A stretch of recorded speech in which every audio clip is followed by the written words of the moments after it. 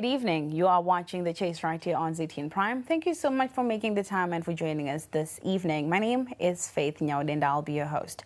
Now, as Zimbabwe faces another rainy season amid some heightened climate unpredictability, flooding is expected for many communities across the entire country. This season, weather experts forecast a normal to above normal tropical cyclone season. Now, to date, 7 cyclones have already been recorded, including 5 storms: Awo, Blossom, Chenge, Grant, and Dudzai. Now, while some of these storms have not directly had an impact on Zimbabwe, their indirect efforts have actually attributed or contributed to some of the heavy rains that we have received in the country and flood-prone areas. The government has proactively released emergency funds allocated in substantial United States dollars to vulnerable districts, aiming to strengthen preparedness and rapid response ahead of expected flooding during the peak cyclone period that's from January up until March, or rather through to March. To date, the Department of Civil Protection reports 78 deaths nationwide, with the number still increasing due to hydrometeorological hazards this season, including the tragic loss of 15 artisanal miners that were swept away after being lured by gold deposits exposed along flooded riverbeds. Property damage has been valued over $107,000. And in neighboring countries, the toll has been rising. Mozambique has recorded over 100 deaths and displaced hundreds of thousands due to flooding, while South Africa, Madagascar, Malawi, and Zambia have also been severely impacted.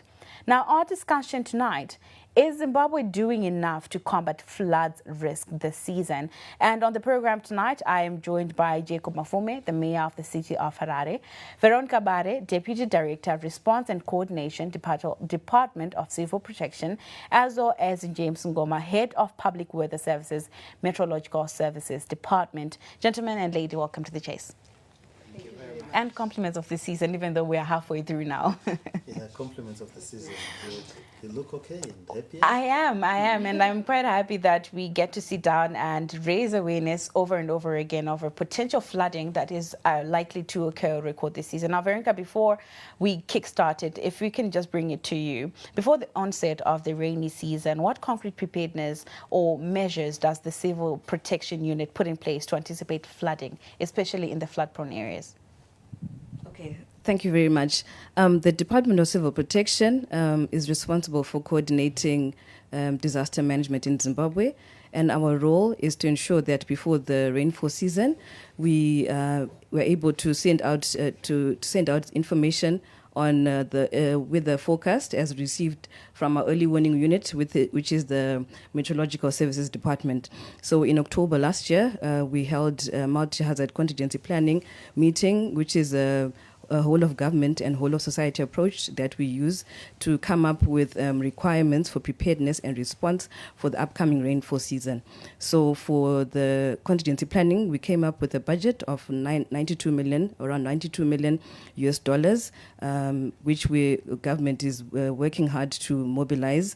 And then also we're working hard to disseminate information, early warning information, which we're disseminating through all our media platforms. We also disseminating information through our traditional leadership structures. All our civil protection committees were activated in October through the Minister of Local Government and Public Works, Honorable Daniel Garwe, who chairs the Cabinet Committee on Environment, Disaster Preparedness and Management. So we have ongoing education and awareness programs since the beginning of the rainfall season. So basically, those are some of the efforts that we've made. And then we also preposition resources in the form of food and non-food items.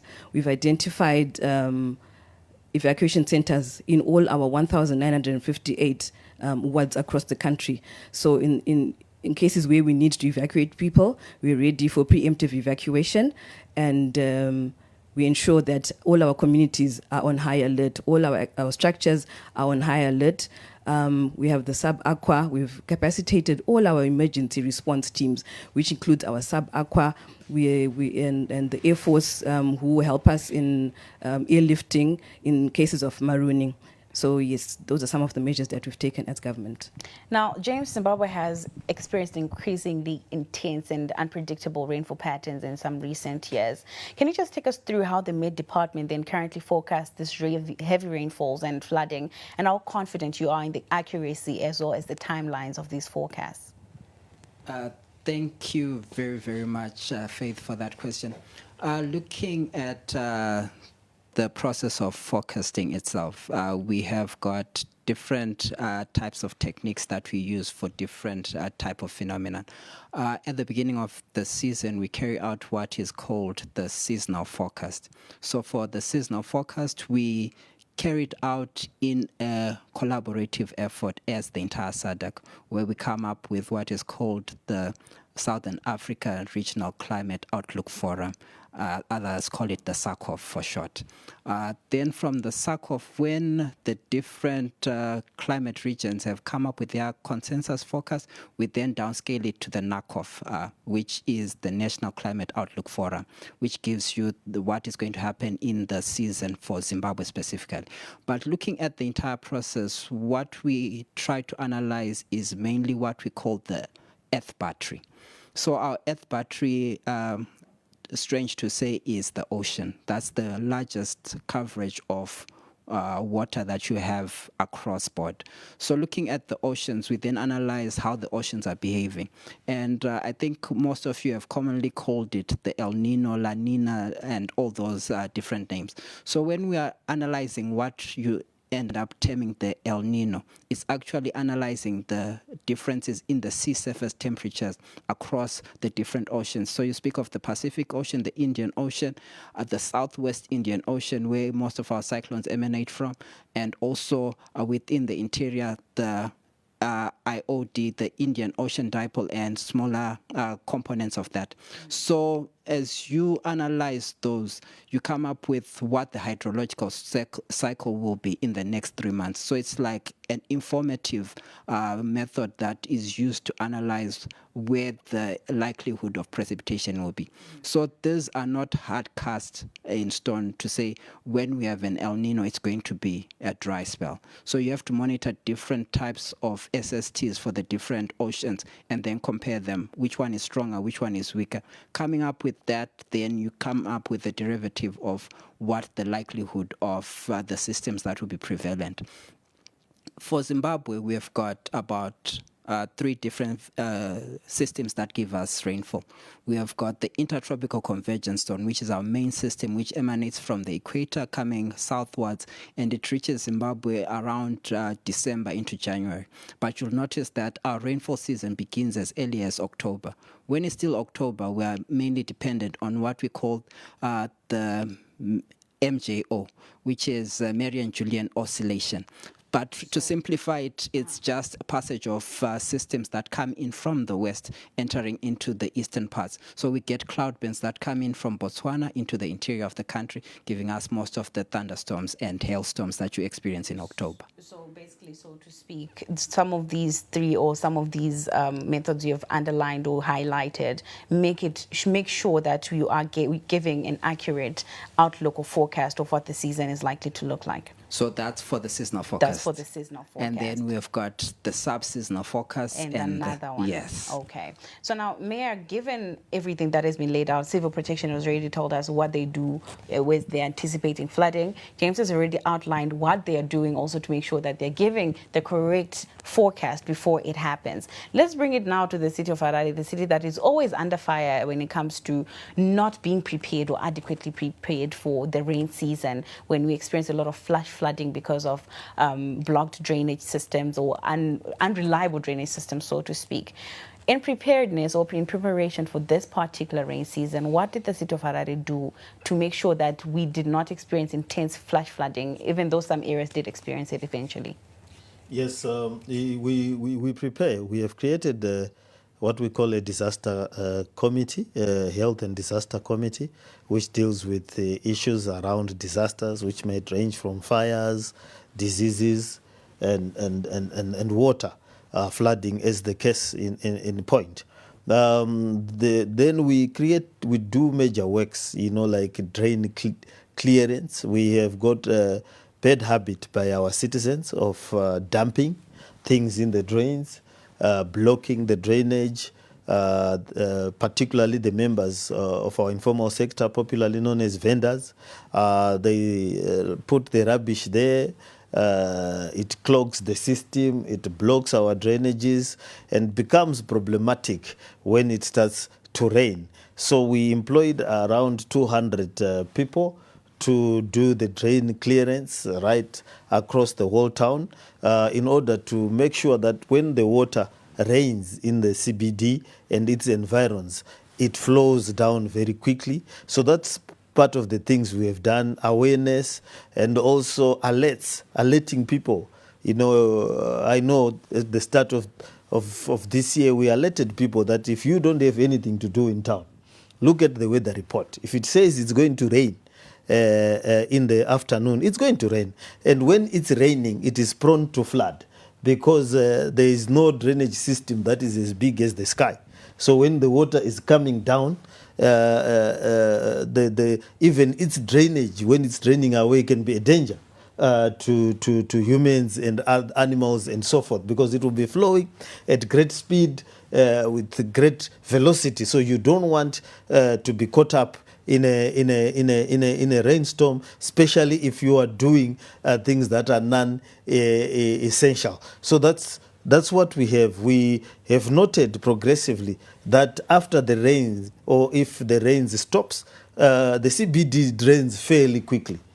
Quicker than most of the times. It dries up within, the water goes away within just a few hours after it has rained. So we have noted that improvement. The only disappointment we have is that when it's raining, it tends to flood or not to flow as fast as it should be because of the blockages I was talking about. So we are going to repair that, look at the attitude of our people. Littering is a culture. We're going to penalize littering. We are also going to improve the drainage and also teach our people not to be addicted to throwing away rubbish. But Mayor, you have been talking about trying to charge or starting to charge people for littering since 2025. It's now 2026. We can even track it back to even 2024 when you've still been talking about we need to start charging people for littering. What's taking so long for you to make sure that this law or this measure you want to put in place happens? Well, we first of all, you remember, we were grappling with dump sites. We were grappling with door-to-door deliveries. So we have a systematic, now we've dealt with our refuse dump and many of the illegal dumps. They've been cleared through our partnership with Pomona. Then immediately thereafter, we commenced the door-to-door delivery systems, which again we are working with Pomona and the government. You remember the CPU, we had Chenesa Harare to the operation. Now we are now going into the software issues that we are talking about. We are now going into buying vehicles, cameras and things to monitor the littering of the people and to enforce the bylaws, which is the stage we are at. At that time, people were saying, one, you are not collecting the rubbish. Two, we don't know where to dump. Now we've cleared that. We are collecting the rubbish. The way to dump is very clear. Now, therefore, we've taken away the defenses, as it were, that the people had. So now we are going into the hard law processes, the process of using the law to say if you litter, we arrest and fine you. If your car does not have a bin, or the bus does not have a bin, your shop does not have a bin, we begin to litter. And then we are also going to ask people to beautify their places. You know, some of our buildings look older than Methuselah, and they've not been put, what do you call it? They've not been make up for years now. Just the paint, just the modernizing. People have been collecting rent. They probably are now living outside the country. They're just collecting rent without due regard to the state of the building. All that is what we are now going to make sure we get rid of. Mm-hmm. Now, James, if you could just tell us quickly, how likely are wetlands to be affected by the weather that we're experiencing this season? Thank you very much. Looking at the word wetlands, it's where water gathers when it rains. So this is like nature's way of draining the drainage that the mayor was speaking about. So when rain falls, that's where the water ends up, in basic terms. And then, Veronica, have you reported any cases where people who are in wetlands have been affected by the current rainfall season? Yes, we have recorded some cases. Urban flooding has been witnessed here in Harare. We have seen cases in Glenview, a wetland area. People are settled in the wetland, and so we experienced floods there. Yes. Now, Mayor, if you realize that some of these people have apparently settled in these areas, they say they have been given approval by the council to settle in those areas, even though they are wetlands. Why is it council is still approving people and settling in areas they're not supposed to be settling in? We have not approved people to settle in wetlands. People have forced themselves into wetlands. Most of those are irregular settlements. Some of the regular and approved settlements, it is because the people, they are prone to flooding, is because the people are not following the civil works that ought to be in that place. Take, for example, the Glenview photo where there was flooding. These people have settled in a valley in Amalinda between Highfields and Glen Norah. And that is one of our, it's a river towards Lake Chivero. So if you settle in that valley, water is going to flow. And to make matters worse, they've built unapproved Jura walls that are the fashion these days, which are dams. Those are not Jura walls, they are dams, because the water cannot flow into them. In the old days, urban areas used to have fences. Now, fences were good in the sense that the water kept flowing into the yard and around the houses, so it will not accumulate or it will not be channeled. Now, if you channel it with a series of Jura walls, it will flow looking for a place to exit. And by the time it gets to a place where it wants to exit, it will be a river. So it's people disobeying the laws of building that we've given directives, we've given them designs to say, if you want to settle here, these are the designs you have to carry out. And once you disobey the law, the city laws are different sometimes from your ordinary national laws on behavior and so forth. City laws are made for a reason. If we say an area must have a drain, a Jura wall must have holes for water to seep in, Jura walls must not be closed, Jura walls must have lights. These are practical laws to help you live well in your community. But if you persist and are addicted, you see, there's an addiction to lawlessness that is crept in people. People believe that they have a right to be lawless. They have a right not to follow the law. Their definition of freedom is that we should not follow the bylaws of council. Now, that is a dangerous addiction because it can be harmful to your property, harmful to your life, and harmful to your neighborhood. But then, Mayor, why does it seem as if the council approves or allows this lawlessness to continue? No, we don't approve. When we bring down some of these settlements, you then say, no, Mafume is cruel. He must not bring down these badly built houses. It's raining, so he cannot bring them down. Your way, there is this, the sun is coming, it's cold, let's not follow the law. People seem to believe that there is a weather where you can and must follow the law. But anyway, that will be a thing of the past. We are going to be progressively and aggressively following the law. We need to make Harare the go-to city. Right now we are hosting the Under-19 World Cup. We are going to host caretakers. We've hosted cricket giants. We've hosted rugby. We've got golf. We want to host soccer. So we have to make Zimbabwe structurally sound, structurally efficient, and beautiful. Now, to just wrap up the matter of wetlands, are the people who have settled in those wetlands going to be resettled, or that? Yes, we've already, remember, last 2 years ago, We had floods in Buduriro where we lost 2 or 3 people. We have removed all those people from that flood, and we've put some in Mavuku. The government put some in Dzivarasekwa floods, and we have given them alternative land. We are going back to government to ask for alternative land around Harare and even outside Harare in some of the rural district council, so that we can settle people who are in wetlands, and then we can reserve wetlands for activities that are in keeping with wetland, you know, maybe wedding venues, entertainment centers, nature walks, you know, so the birds can come, animals can feel comfortable,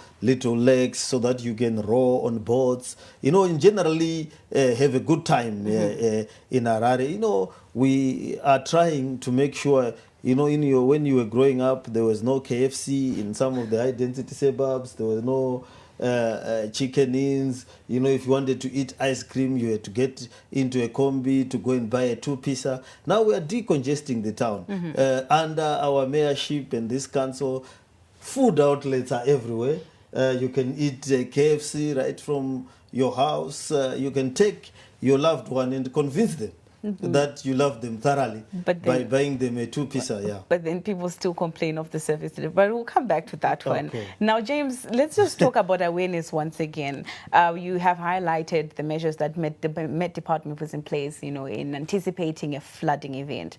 Does the Met Department also work with local authorities to ensure that you tell them prior to saying, you know what, we might be experiencing very heavy rainfalls. I think it is high time we start draining out or cleaning out your drainage system so that we do not have those flash floods, especially in high traffic areas like the Harare CBD, for example?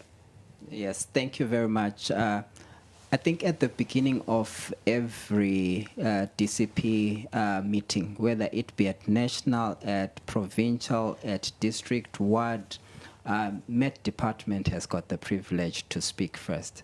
So it gives the setting of what to expect within the next few days, within the next few months, and this then informs the discussion moving forward.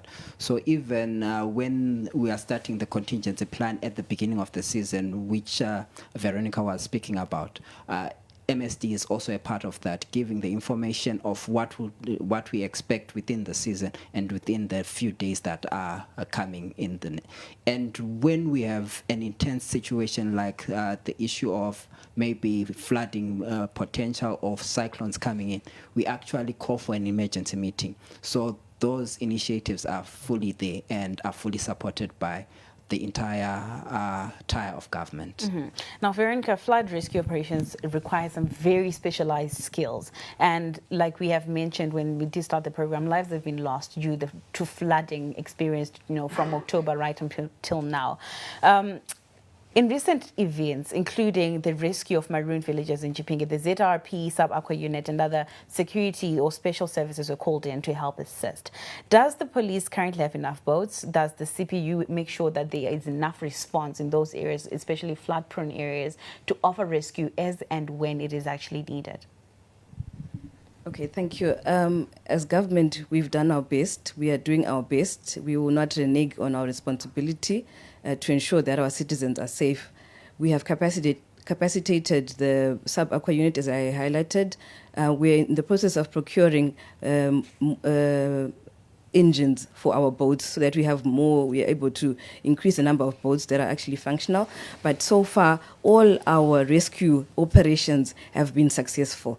For those that have been marooned, I can safely say that, yes, we've been successful in that.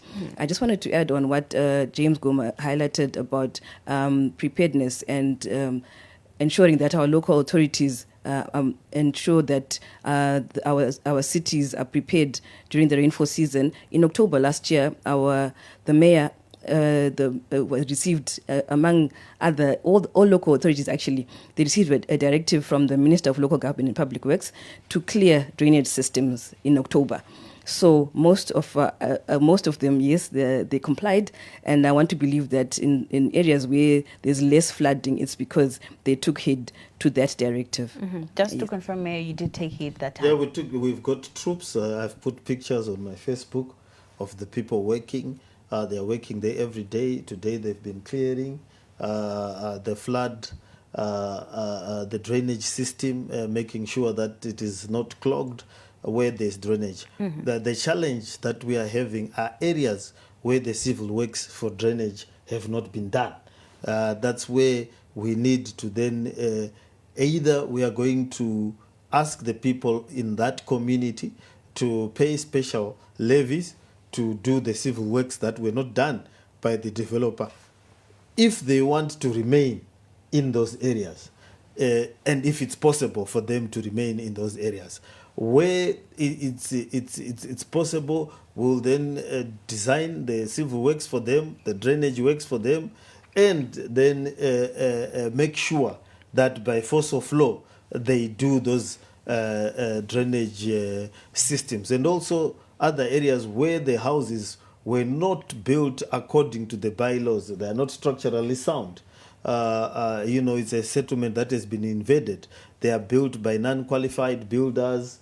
They are makeshift. They are designed to be temporary. They will then find that these buildings are vulnerable when water starts flowing. So we'll look at the buildings and the quality of the buildings that have been put in certain areas. And now, in as much as you might sit and really understand that, the mayor on his part, in terms of Harare, is doing his job to ensure that people are not at risk, the CPU is doing its job, and the Med Department is doing its job. Let's talk about the impact that your works or your efforts have had on the community. James, I understand that you've introduced impact-based weather reporting or forecasting, shifting from just simply saying tomorrow it's going to be sunny to actually instead now talking or describing how a certain weather pattern is going to impact certain people at a certain period of time. How is this information being communicated, especially in communities where we're vulnerable groups or informal settlements? And what evidence do you have that your teachings have actually penetrated and worked in those communities and areas?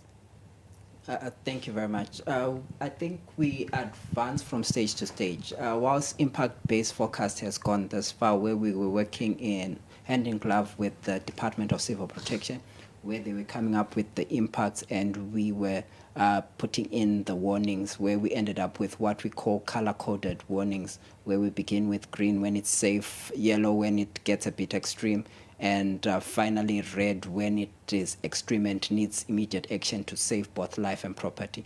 We have moved even further to initiate what we call early warning for all. So this initiative is now all-encompassing, where we are saying for different sectors, you need different types of warnings. You need specific warnings to cater for the different sectors. And we also need to be able to have network availability for you when we send our messages, for you in Mtorashanga or Mzarabani to receive that message. So we are working together with Potras. We are also working with Zimbabwe Red Cross so that we have first aiders, first responders at community level, making the impacts, liaising with the village heads, the chiefs, and all those through Department of Civil Protection so that the message reaches that. So when we are talking about early warning for all, we are not leaving out the school children, we are not leaving out the women, we are not leaving out the children. We are working with different arms of government to provide that service so that it reaches you in a way that you understand. We are also working with community radio stations. So with community radio stations, you actually hear the message in your own mother tongue. That helps the understanding and appreciation of what is happening within your local area. We are also working with grassroots level community groups so that those communities know beforehand what is happening in their community and which areas are safe for them when that disaster happens, together with the Department of Civil Protection, so that when the disaster finally comes, people know what to do beforehand. Now, Veronica, after everything has been said and done in terms of evacuation, some people have actually resisted evacuation, citing different reasons. Some say, I can't leave my house because it's my house. I can't leave my cows. I can't leave my livestock. How does then CPU approach, or do you force evacuations where you see it's necessary for you to do so? Or if someone refuses, you just let them be and, you're like, no, what? It's okay, you are the one in danger, you refused our help, we're moving forward. Yes, we've had cases where people resist evacuation, but as I highlighted, we will not renege in our responsibility to ensure that our citizens are safe. If it means that we do forced evacuation, we will do it for the safety of our citizens.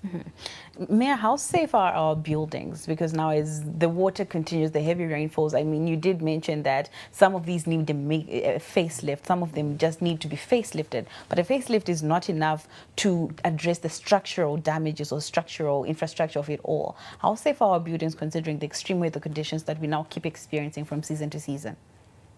Well, those that have followed the building bylaws and that have been inspected at every stage and that have gotten a certificate of occupants. So before a house, before somebody stays in a house, they ought to get a certificate of occupants from City Council. Those that have followed all these procedures, I can say with certainty those are safe. It will take extreme weather conditions, and those that are living in areas where drainage has been done according to the design and the civil works, barring a deluge, or an extraordinary downpour of biblical proportions, they are safe, a Noah type of flood. Barring that, the buildings are safe. The buildings that I cannot vouch for are the buildings that you find in the Southlands, and other informal settlements like Eastleigh, where a person just comes, looks at the place, puts up a wall, and puts up a roof, and proceeds to get in. Now, those buildings are not structurally sound and can find themselves vulnerable to flooding and other natural problems. Thankfully, there are no there's not earthquake activity here, but this flooding can be an issue. But if you follow the building bylaws, have solid signed methods that we use, then your buildings are safe. Most of the buildings in town are safe. We're going to look at the old buildings in downtown, which might be structurally problematic and maybe taking in water and can flood. Harare itself is a wetland. The capital city was built on a wetland. It was built on a water source by and large, and therefore it has huge drains under here. There's a river that flows under Manyame street that's huge. It's a wetland, basically. So you'll see that most of the buildings and most of the structures we have were designed. We've got bylaws that all these double-story buildings must have pumps at the basement to continuously pump water that drains all year round in our cell. So we have endeavored to come up with bylaws and instructions or directives that make sure that our buildings are safe. Veronica, is it also under the purview of the CPU to ensure that infrastructure is safe enough for people, especially in areas like this where we are flooding and extreme natural weather risks? Okay, the Department of Public Works is under the Ministry of Local Government, which is also the parent ministry for the Department of Civil Protection. And so it is also the government's responsibility to ensure that all public buildings, the repair and maintenance of public buildings is a responsibility of the Ministry of Local Government and Public Works.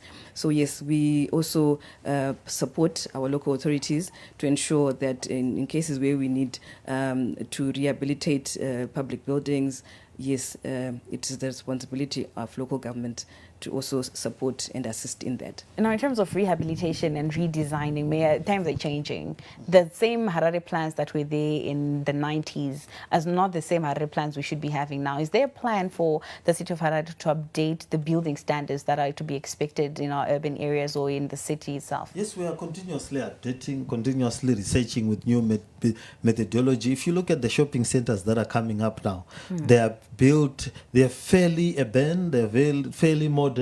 Look at Highlands, look at the shopping mall, Greenfields. Look at the shopping mall when you go to Hartcliffe. Look at the many buildings that have come up. Harare is building up feverishly. New methods, buildings are coming up. Designs, if you go along Borodale Road, it's a site for the eye. You know, the buildings are a marvel. It's a pleasure to move in those buildings, the houses, that building, the cluster homes, and so forth. We are on the breakthrough. You know, the currency stability has brought a huge building impetus, and we are about to shoot as Harare in terms of the architecture. You know, Harare has always been pioneering. I don't know where people don't, you know, Eastgate is one of its kind. In the whole world, it has won many awards. Many books have been written about it. You know, Joiner Center.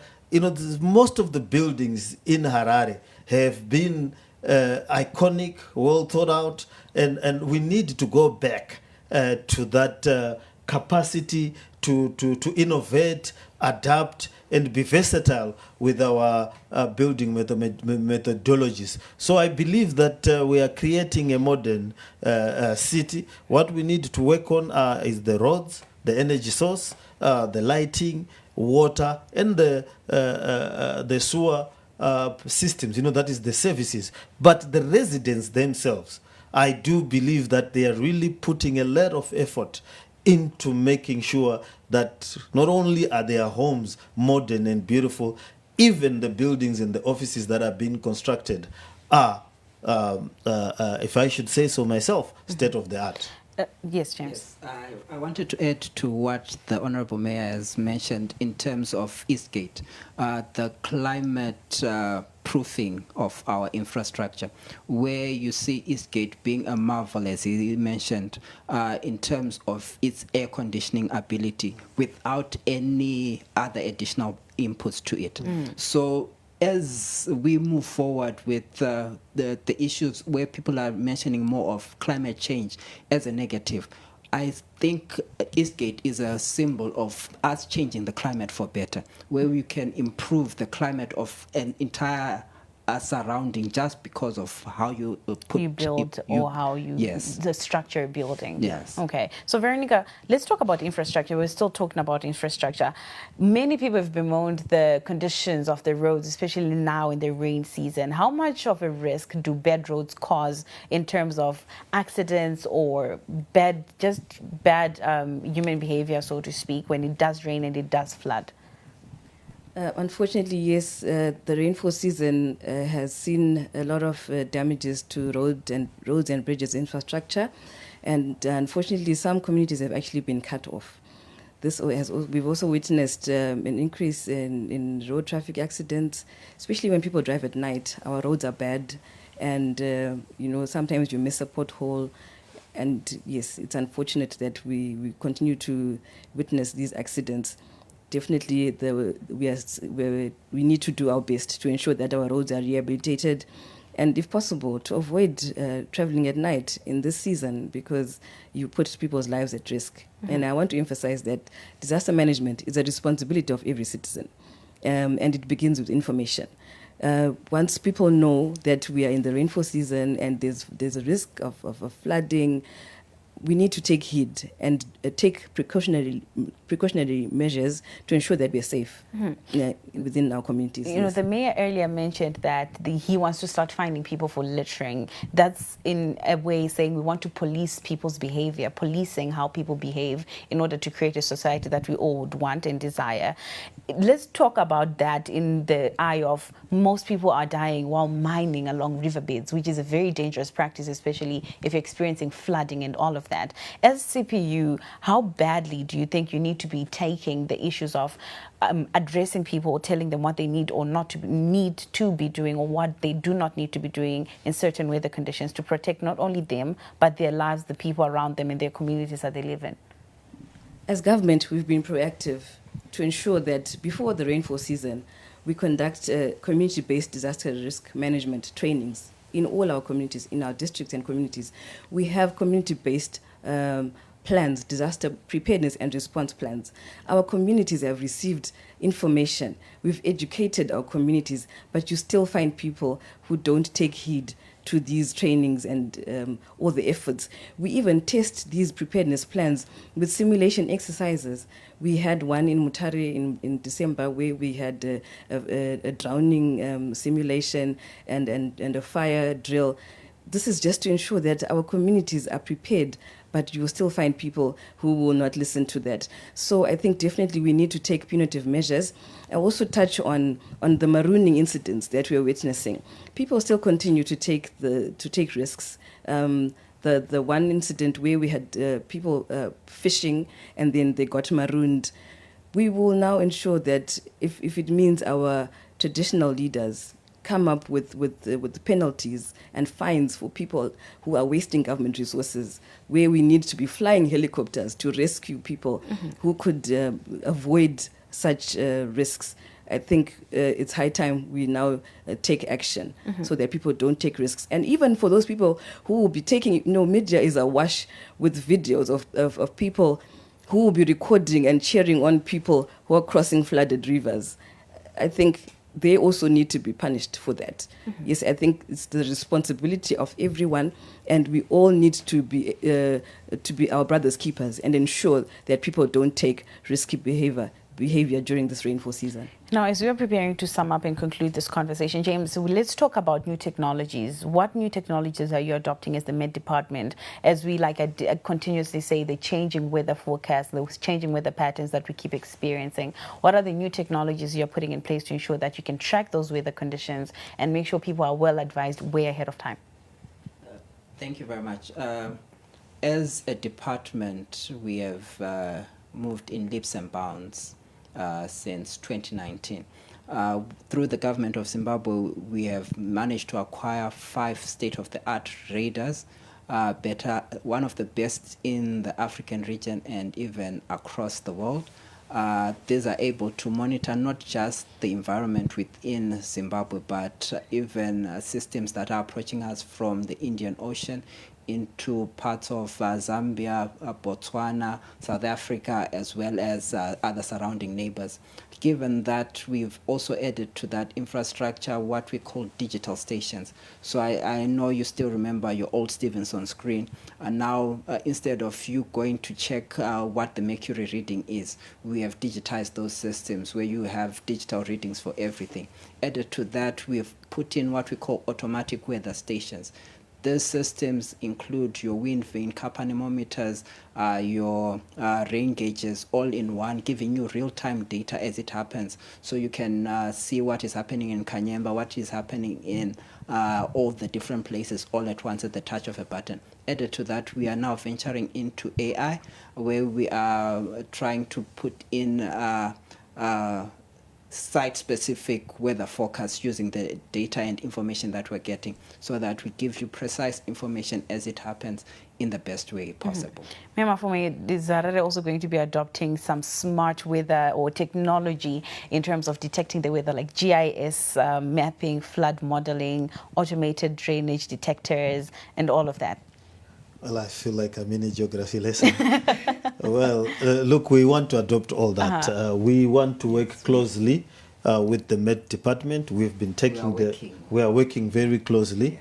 We have been taking their weather. That's why we've been warning people. That's why we don't believe that it's them versus us. We believe that we are one seamless government. Yes. That is, we are simply given the name local government.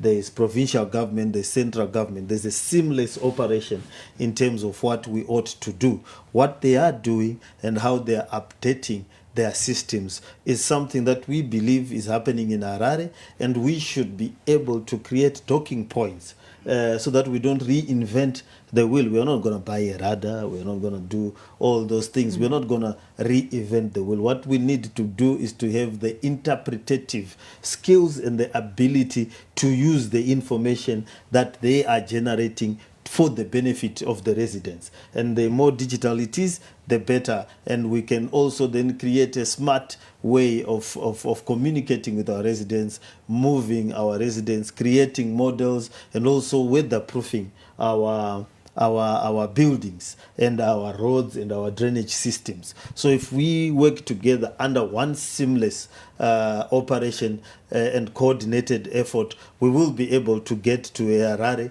that we deserve, a Harare that is smart, and a Harare that speaks to its citizens, that is able to warn its citizens when they are danger, that is able to guide its citizens as to the behavior.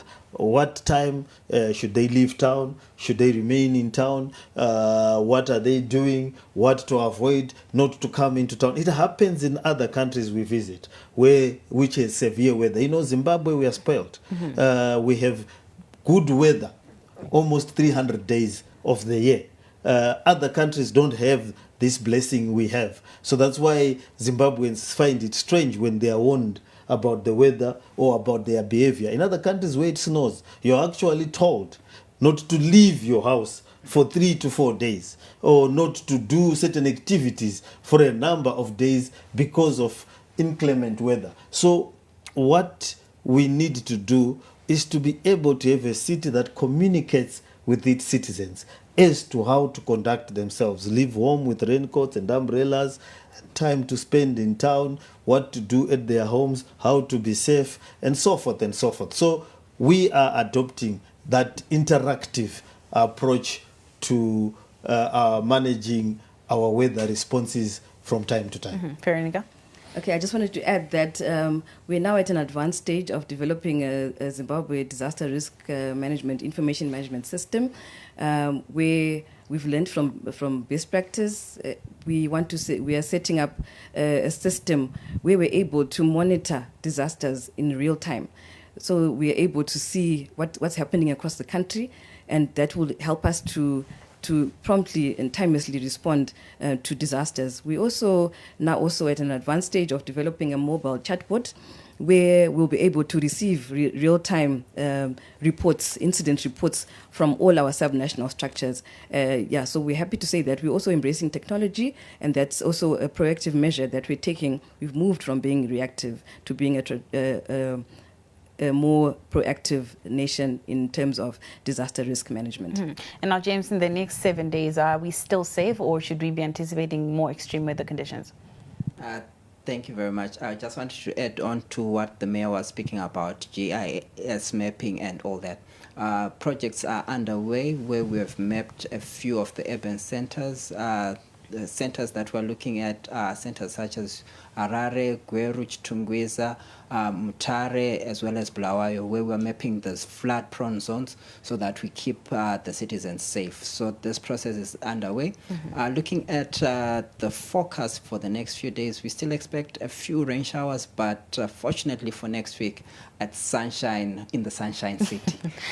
Now, Mayor, if we are now that we're concluding, if you could rate yourself as the city of Harare in terms of disaster preparedness or flood preparedness this rain season, what would you be giving the city of Harare? Well, we are much better than the previous years. Not where we ought to be, but I think we are trying. We have not lost lives in Harare this time around. We've had less damage to property this time around, but we've had severe weather than the last seasons. It means that our work to move people, to prepare people, to clean the drainages has borne fruit in terms of the human life and in terms of damages to property. So where we are, it's a good place. We could do better, and we will try to achieve to be best. Well, and with that, we conclude tonight's show. Thank you so much, ladies and gentlemen, for coming through to the Chase tonight. Quite an informative discussion talking about how best we can be keeping ourselves safe this rain season, as the Met Department expects some extreme weather conditions going into the rain season. I was joined in studio by Jacob Mafume, the mayor of the city of Harare, Veron Kabare, who is the deputy director, Response and Coordination, Department of Civil Protection, as well as James Ngoma, chief forecaster with the Met Department. I've been your host, Faith Nyadu. Good evening, and please stay safe this rainy season.